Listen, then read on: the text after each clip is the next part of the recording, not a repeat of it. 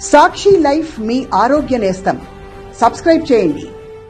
సామాజిక సమతా సంకల్ప సభకు భారీగా తరలివస్తున్నారు. భారత రాజ్యాంగ నిర్మాత డాక్టర్ బిఆర్ అంబేద్కర్ సామాజిక న్యాయ మహాశిల్పం ఆవిష్కరణ జరగనుంది. ఈ కార్యక్రమానికి నంద్యాల నుంచి 5 బస్సులు 20 వాహనాల్లో పెద్ద ఎత్తున విజయవాడకు బయలుదేరారు.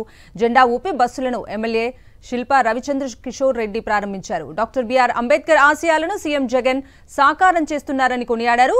సీఎం జగన్ అందిస్తున్న పరిపాలనలో అన్ని వర్గాలు సంతోషంగా ఉన్నాయన్నారు ఎమ్మెల్యే శిల్పా రవిచంద్ర కిషోర్ రెడ్డి.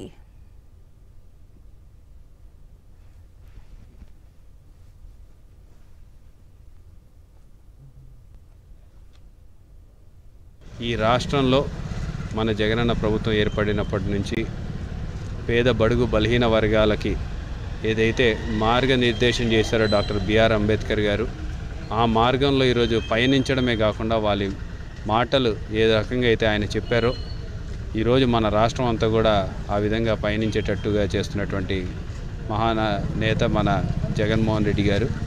మరి ఆ మహానేత డాక్టర్ బిఆర్ అంబేద్కర్ గారి ఆశయాలు భవిష్యత్ తరాలకు కూడా ఒక మార్గంలాగా ఉండాలి.